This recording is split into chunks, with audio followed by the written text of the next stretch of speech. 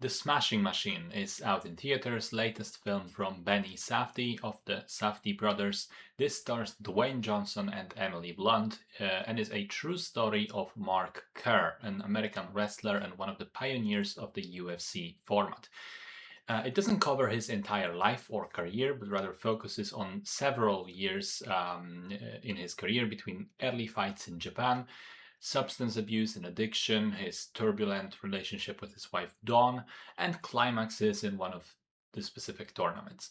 So the previous Safdie brother movies, Heaven Knows What, Good Time, Uncut Gems, have always been recognizable for their two main qualities. One, they took an actor or actress who at that point in time was not perhaps considered a serious dramatic force and got a spectacular performance out of them.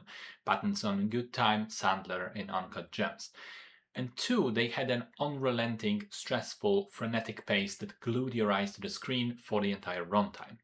The Smashing Machine definitely has the first element. Dwayne Johnson, crucially not The Rock, gives a career performance as Mark Kerr. He is transformed physically into a different person and is incredibly convincing throughout.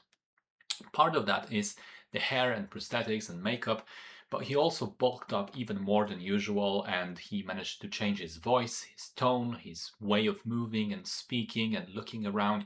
He does disappear into the character and is really mesmerizing in the role, something that perhaps a lot of people wouldn't expect from this guy. Emily Blunt is also very good, and the two of them play off each other really, really well.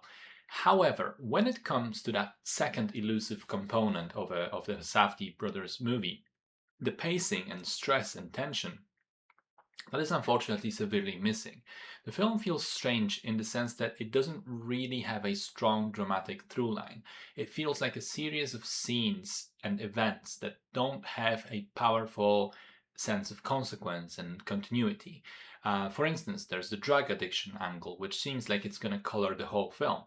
Then Kerr checks into rehab, gets better, and this subplot is essentially never brought up again. It's solved. His relationship is very turbulent and toxic, and then at one point he sort of separates with Dawn, and that's it. She never shows up again for the rest of the movie.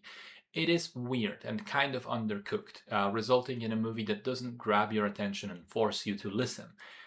It's more like watching an adaptation of a Wikipedia article, a series of events without a lot of dramatic tension. Even stranger is that there already was a documentary about Mark Kerr, also called The Smashing Machine, made in 2002, and that people that saw both of those movies, I haven't, say that the new dramatized version actually copies a lot of the scenes from the documentary straight up, begging the question, what was the point? And I guess Benny Safdie is a huge fan of UFC and Mark Kerr, so it was, it was a bit of a personal project for him, part of his childhood. But the result is a bit of an undercooked and an unpolished movie that has excellent performances at its heart, but as a whole, as a complete movie, doesn't really amaze.